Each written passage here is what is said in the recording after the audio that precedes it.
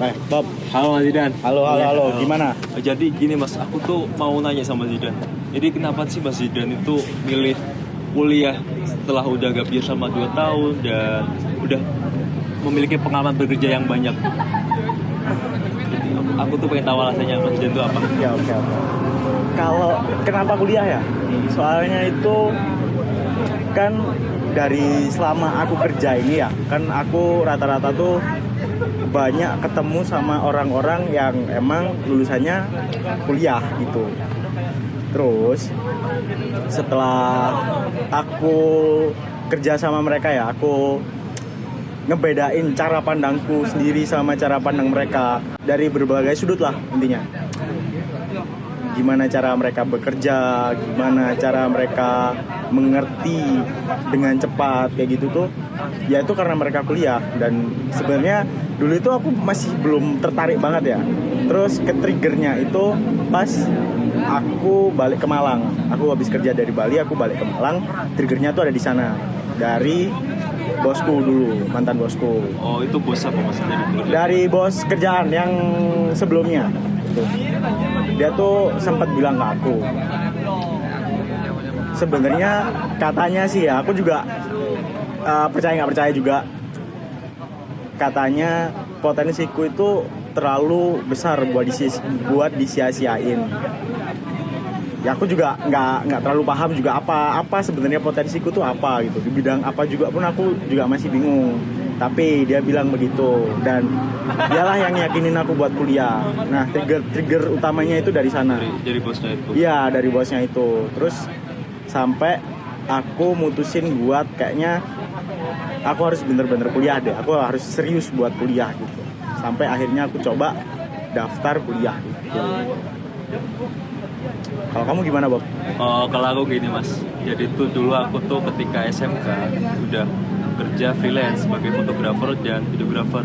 Alhamdulillah sampai saat ini masih aktif dalam itu. Dan dulu tuh aku pas SMK itu kebetulan dapat eligible Mas. Tapi aku tuh gak ada rencana sama sekali kalau kuliah di jauh. Kalau mikirnya aku kan udah dapat duit, jadi gak enakan gitu Mas. Jadi aku milih kuliah di Tulungagung aja. Terus kebetulan aku dapat eligible. Terus kalau nggak daftar kayak apa ya? Sayang gitu. Ya udah cuma iseng daftar. Aku daftar 2 UM sama UNESA, ya kan. Jadi terus aku itu nggak berharap lebih selama 2 minggu itu. Aku nggak berharap lebih. Ternyata itu terima. Kalau nggak diambil juga sayang. Ini univ bagus gitu. Jadi terus pilihannya sekarang. Jadi aku kuliah sambil bekerja sama itu atau kuliah aja, tapi tetap aku ngambil kuliah sambil kerja gitu. Jadi tapi agak sulit bagi waktunya. Terus ya sih kalau misal bagi antara, aku pernah coba kan selama ini juga aku tuh juga ngembangin bisnisku sendiri sama pas saat aku kuliah ini. Dan emang bagi waktu kerja antara kerja dan kuliah tuh susah banget Bob, emang Bob. Aku juga ngerasain juga gimana susahnya bagi waktunya antara kerja dan kuliah tuh aku ngerasain Bob. Iya, tapi gini Mas, aku tuh kuliah tuh tujuan kuliah di Malang ini sih lebih ke aku pengen ningkatin cara aku komunikasi sih Mas. Jadi aku langsung masuk aku Ilkom. Jadi yang akunya dulu tuh yang sampai sekarang masih komunikasi kurang lancar, komunikasi yang kurang lancar. Nah, jadi aku tuh pengen punya komunikasi yang lancar gitu. Jadi aku pengen bisa kayak ngeyakinin klienku gitu. Apalagi kerja sekarang tuh yang penting komunikasinya bagus gitu Mas.